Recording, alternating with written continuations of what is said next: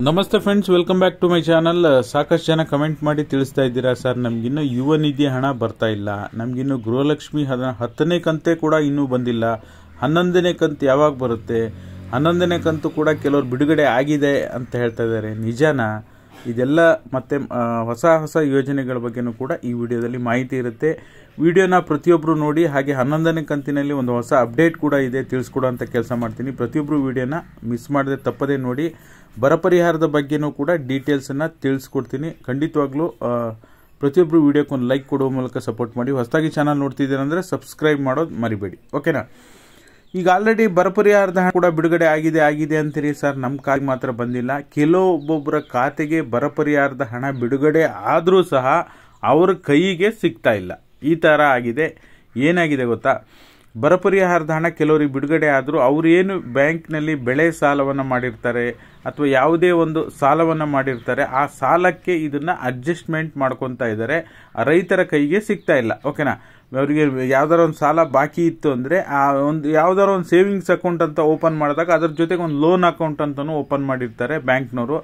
Savings ಅಕೌಂಟಿಗೆ ಯಾವುದೇ DBT ಹಣ ಬಂದರೂ ಅದಕ್ಕೆ ಕರೆಕ್ಟಾಗಿ ಹೋಗಿ ಆ ಲೋನಿಗೆ ಅಡ್ಜಸ್ಟ್ಮೆಂಟ್ ಮಾಡ್ತಾ ಇದ್ದಾರೆ. ರೈತರಿಗೆ ಹಣ ಸಿಗ್ತಾ ಇಲ್ಲ. ಇದೊಂದು ಭಾರಿ ತಲೆಬಿಸಿಯಾಗಿದೆ. ಇದ್ರ ಬಗ್ಗೆ ಆಲ್ರೆಡಿ ಮ್ಯಾನೇಜ್ಮೆಂಟಿನ ಮುಖ್ಯ ವ್ಯವಸ್ಥಾಪಕರು ತಿಳಿಸ್ಕೊಟ್ಟಿದ್ದಾರೆ. ಯಾವುದೇ DBT ಹಣ ಪೇಮೆಂಟ್ ಆದರೂ ಕೂಡ ಈ ರೀತಿ ಮುಟ್ಟುಗೋಲು ಹಾಕೋಬಾರ್ದು ಅಂಥೇಳಿ. ನೋಡೋಣ ಮುಂದಿನ ದಿನಗಳಲ್ಲಿ ಏನಾಗುತ್ತೆ ಅಂತ, ಓಕೆನಾ? ಆಮೇಲೆ ಯುವ ನಿಧಿ ಹಣ ಬರ್ತಾ ಇಲ್ಲ ಸರ್, ನೀವು ಯುವ ನಿಧಿ ಬಗ್ಗೆ ಅಪ್ಡೇಟೇ ಕೊಡ್ತಾ ಇಲ್ಲ, ಖಂಡಿತವಾಗ್ಲೂ ತಿಳಿಸ್ಕೊಡಿ ಅಂತ ಹೇಳ್ತಿದ್ದೀರಾ. ಆಮೇಲೆ ಯುವ ನಿಧಿ ಆಗಿರ್ಬೋದು, ಗೃಹಲಕ್ಷ್ಮಿ ನಿಮಗೆ 10ನೇ ಕಂತು 8, 9, 10ನೇ ಕಂತು ಕೂಡ ಬಂದಿಲ್ಲ ಸರ್ ಅಂತೇಳಿ ಸಾಕಷ್ಟು ಜನ ಕಮೆಂಟ್ ಮಾಡ್ತಾ ಇದ್ದೀರಾ. ಯುವ ನಿಧಿ ಹಣ ನಿಮ್ಗೊಬ್ಬರಿಗೆ ಅಲ್ಲ, ಎಲೆಕ್ಷನ್ ಇರೋದ್ರಿಂದ ಎಲ್ಲರಿಗೂ ಕೂಡ ಹಣ ಬರ್ತಾ ಇಲ್ಲ. ಯುವ ನಿಧಿ ಒಂದಿಷ್ಟು ಜನರಿಗೆ ಒಂದಿಷ್ಟು ಕಂತು ಬಂದು ಅಲ್ಲಿಗೆ ಸ್ಟಾಪ್ ಆಗಿದೆ.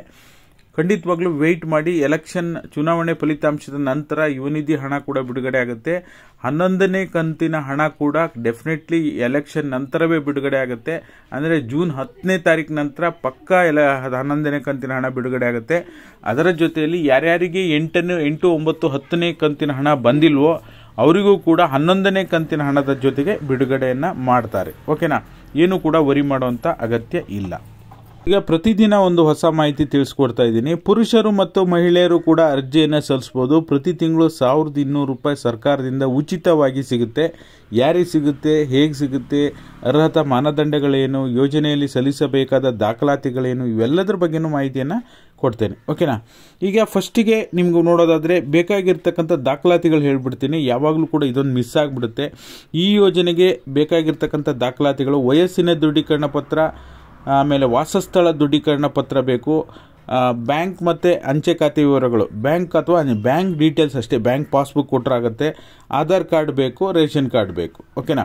ಇಷ್ಟು ದಾಖಲಾತಿಗಳನ್ನು ನೀವು ಕೊಡಬೇಕಾಗತ್ತೆ. ಯಾರಿಗೆ ಇದು ಅನ್ವಯಿಸುತ್ತೆ? ಈ 1200 ರೂಪಾಯಿ ಯಾರಿಗೆ ಅನ್ವಯಿಸುತ್ತೆ ಅಂದರೆ ಸಣ್ಣ ರೈತರು, ಅತಿ ಸಣ್ಣ ರೈತರು, ಕೃಷಿ ಕಾರ್ಮಿಕರು, ನೇಕಾರರು, ಮೀನುಗಾರರು ಈ ಒಂದು ಯೋಜನೆಯ ಫಲಾನುಭವಿಗಳಾಗಿರ್ತಾರೆ.